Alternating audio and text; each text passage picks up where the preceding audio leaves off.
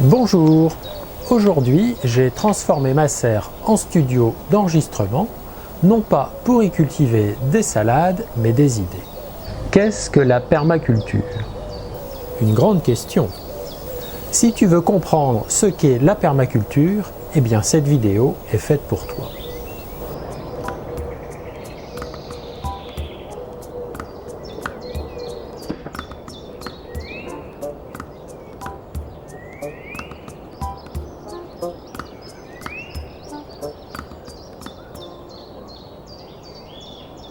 Alors, à l'heure où je vous parle, la France se confine pour échapper à l'infection de coronavirus. Pendant ce temps-là, le soleil revient, le printemps arrive et la nature est en train de renaître. Cette crise nous montre que notre modèle actuel de développement est à la fois très puissant et en même temps très fragile. On peut être très puissant et très fragile. Si. Bernard Weber a dit: ne t'attaque pas au système, démode-le. La permaculture est avant tout une nouvelle façon de concevoir notre environnement.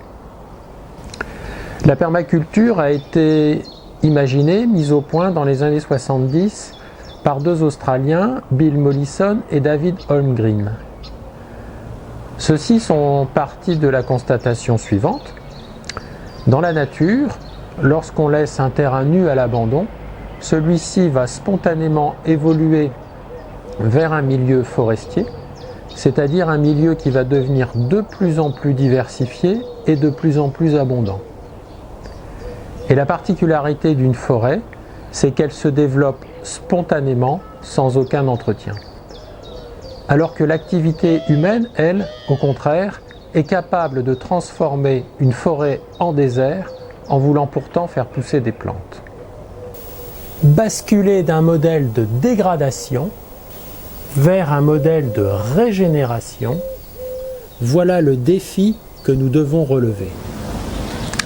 La nature a ses lois, et si nous voulons relever ce défi, nous devons en percer les mystères.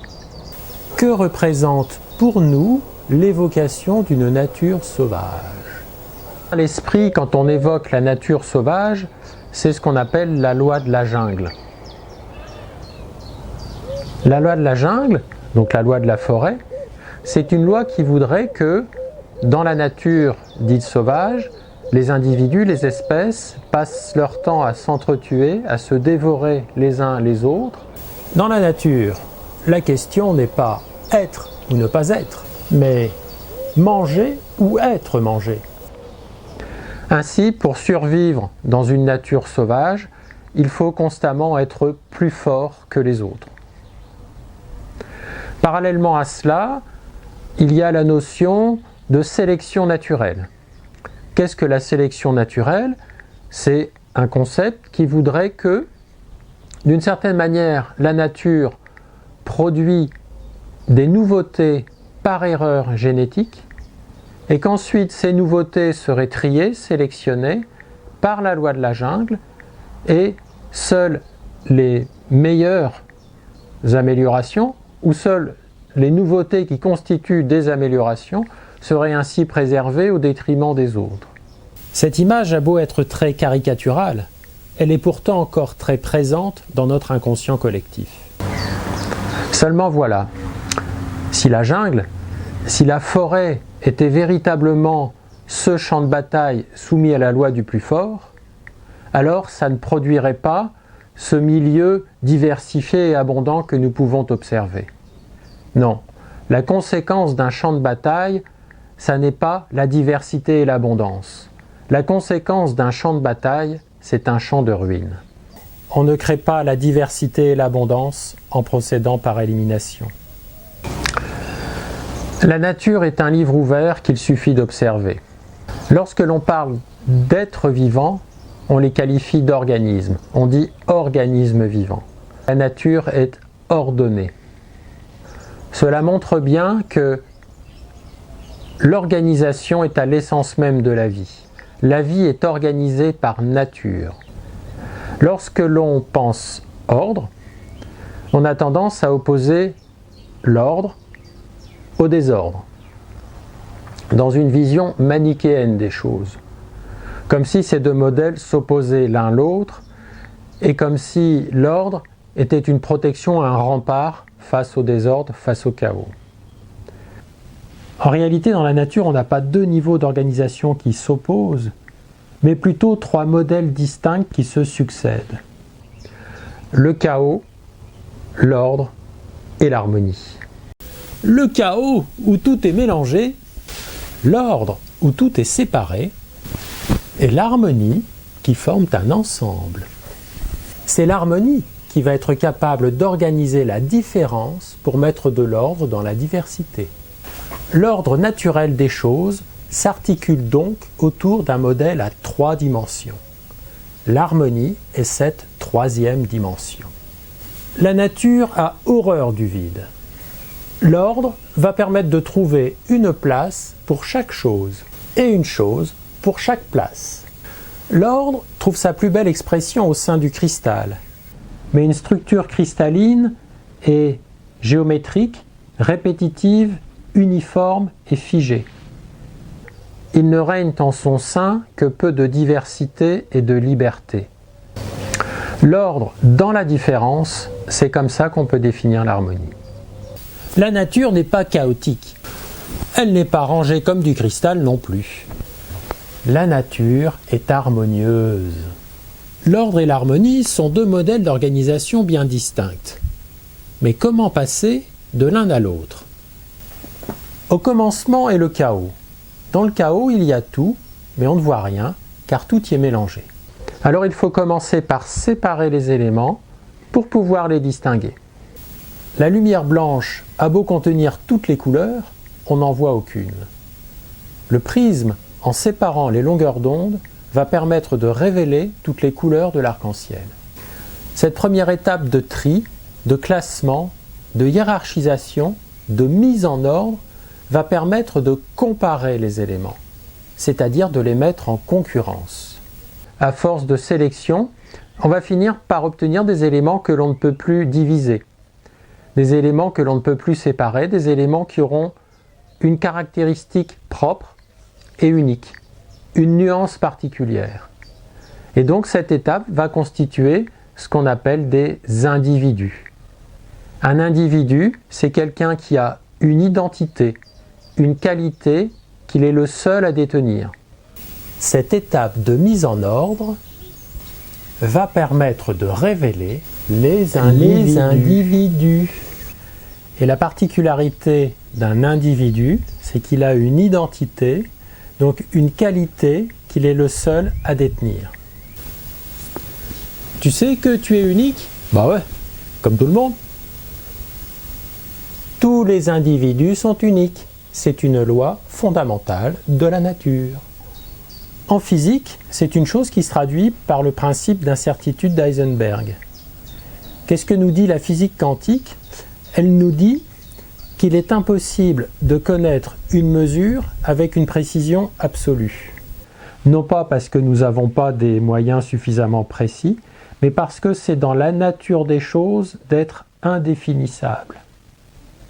Et si la nature est à ce point indéfinissable dans son détail, c'est justement parce que chaque détail est différent. Tous les jours sont des jours, mais chaque jour est différent. Je suis un être humain, ce qui est une chose parfaitement cadrée et déterminée, mais en tant qu'individu, je suis différent de mon voisin. Cette différence de chaque individu, c'est ce qui rend le monde imprévisible, indéterminable, et c'est aussi ce qui fait notre liberté. Ta différence, c'est ce qui te rend imprévisible, et c'est le garant de ta liberté. Si l'ordre est à l'origine des individus, l'harmonie va être le mode de fonctionnement des organismes. Mais dans la nature, il n'y a pas de bon ou de mauvais modèle. Chaque modèle a sa raison d'être, a son utilité propre.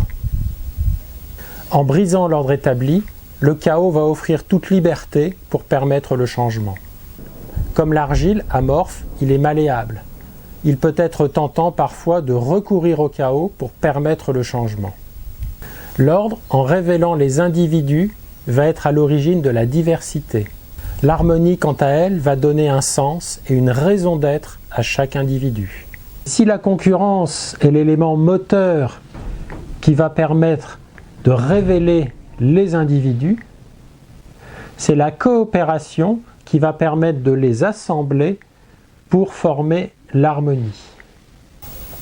Au sein d'un orchestre, il ne s'agit pas de jouer plus vite ou plus fort que les autres. La grosse caisse, comme la petite voix, doivent pouvoir être audibles. Dans l'harmonie, chacun va pouvoir exprimer le meilleur de lui-même au profit de tous. L'ordre est à l'origine des individus, l'harmonie est le mode de fonctionnement des organismes. En permaculture, on dit que le déchet de l'un est la ressource de l'autre. Les plantes produisent de l'oxygène. L'oxygène est un gaz très toxique. C'est lui qui corrode, qui oxyde et qui embrase. S'il n'y avait pas les animaux pour consommer l'oxygène et produire du carbone, notre planète ne serait qu'un gros brasier. L'harmonie va se nourrir de la diversité pour rechercher des complémentarités et faire fonctionner ensemble des individus de nature différente. L'excès de l'un va venir combler le manque de l'autre dans une constante recherche d'équilibre. Comme je le disais, dans la nature, il n'y a pas de bon ou de mauvais modèle, mais chaque chose a sa place et sa raison d'être. Si nous prenons l'exemple de la savane, dans la savane, les lions mangent les gazelles. Peut-on dire pour autant que gazelles et lions soient en situation de concurrence l'un envers l'autre? S'il y a trop de lions, il n'y aura plus de gazelles. Et s'il y a trop de gazelles, il n'y aura plus d'herbe. Les populations de lions et de gazelles ne sont pas en concurrence, mais en équilibre. L'un a besoin de l'autre. Par contre, lorsque le lion se met en chasse, alors oui, les gazelles se retrouvent en situation de concurrence, mais de concurrence entre elles, car c'est la gazelle qui court le moins vite qui a toutes les chances de se faire dévorer. De même, les lions sont en concurrence entre eux, puisqu'au sein d'une meute de lions, seul le mâle dominant peut accéder aux femelles et se reproduire. Cet exemple est particulièrement révélateur. Il permet de comprendre le rôle de la concurrence. Dans la nature, la concurrence ne s'exerce pas entre espèces différentes, mais entre individus appartenant à un même groupe, comme aux Jeux Olympiques, où les athlètes vont s'affronter par catégorie, et le champion olympique n'est pas là pour montrer qu'il est le plus fort, mais pour montrer à tout le monde ce qu'il est possible de faire dans sa discipline.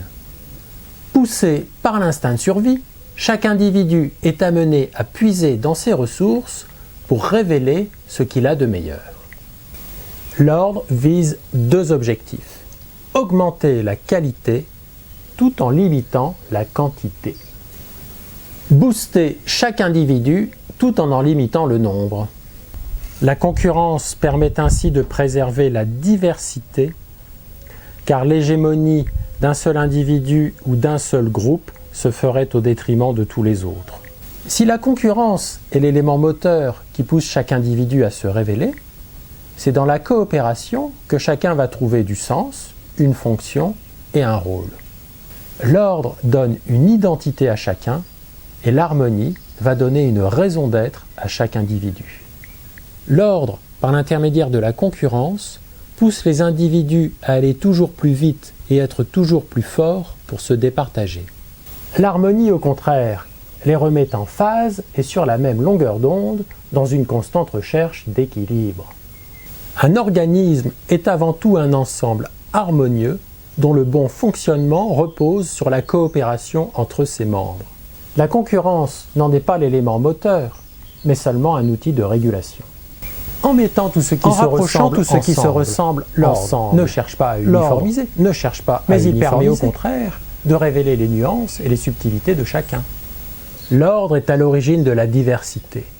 Empêcher l'hégémonie d'un seul individu ou d'un seul groupe permet de la préserver. Car s'il n'y a pas de diversité, tous les individus ont le même besoin et vont produire le même déchet, ce qui crée à la fois pénurie et pollution. L'absence de diversité ne peut mener qu'à la désertification. L'harmonie, ça n'est pas la loi du plus fort, c'est la loi du plus coopérant.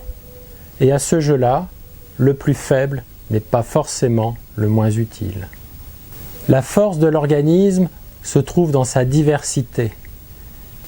La croissance est une valeur liée à l'ordre. Elle s'applique aux individus.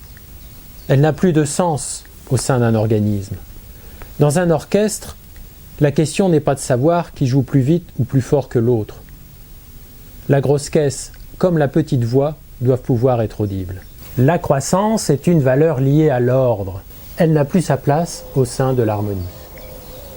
Dans l'harmonie, chacun apporte le meilleur de lui-même au profit de tous. Plus il y aura de diversité et plus l'organisme aura de ressources pour relever les défis auxquels il pourra être confronté. C'est ce qu'avait compris Noé, qui ne s'est pas empressé de mettre ses amis, sa famille, son village dans sa barque, mais un couple de chaque espèce. Noé avait compris qu'après le déluge, c'est la diversité qui donnerait au monde les ressources nécessaires pour renaître de ses cendres. Notre conception de la nature est encore fortement marquée par la notion d'ordre. C'est ce que nous avons appris, c'est comme cela que nous avons été éduqués, c'est ce que nous aimons et c'est ce que nous reproduisons autour de nous. Pour s'en persuader, il n'y a qu'à regarder un champ cultivé, une seule espèce de plante, rangée, ordonnée comme du cristal. Nous nous imaginons que les plantes doivent pousser toutes seules, c'est-à-dire sans herbes concurrentes, sans insectes, sans champignons. Alors on les arrose d'herbicides, de fongicides, d'insecticides et on laboure le terrain. Dans la nature, les plantes poussent spontanément très bien ensemble. Passer de l'agriculture conventionnelle à la permaculture, c'est comme passer du jardinier dictateur au jardinier compositeur et chef d'orchestre. Sélectionner ou composer, éliminer ou associer, ça n'est pas la même chose et ça ne produit pas les mêmes résultats. On n'évolue pas vers la diversité et l'abondance en procédant par élimination. Il ne s'agit plus de terrasser la nature, mais de l'apprivoiser pour tendre vers l'harmonie. Que signifie apprivoiser ? Dit le petit prince. C'est une chose trop oubliée, dit le renard. Ça signifie créer des liens. On ne connaît que les choses que l'on apprivoise. Les gens n'ont plus le temps de rien connaître. Ils achètent des choses toutes faites chez le marchand. Tu deviens responsable pour toujours de ce que tu as apprivoisé. Le chaos rend disponible, l'ordre révèle et l'harmonie assemble. La nature est un formidable processus de création. Si cette vidéo vous a plu, n'hésitez pas à la plébisciter pour diffuser ce message. Si vous voulez apprendre à cultiver en harmonie, eh bien, vous pouvez visiter notre site l'airdespichoulis.fr. Et si vous voulez participer à nos formations, eh bien, ce sera avec grand plaisir que nous pourrons mettre les mains dans la terre ensemble. Il est grand temps de passer à la troisième dimension. L'ordre doit laisser place à l'harmonie si nous ne voulons pas sombrer dans le chaos.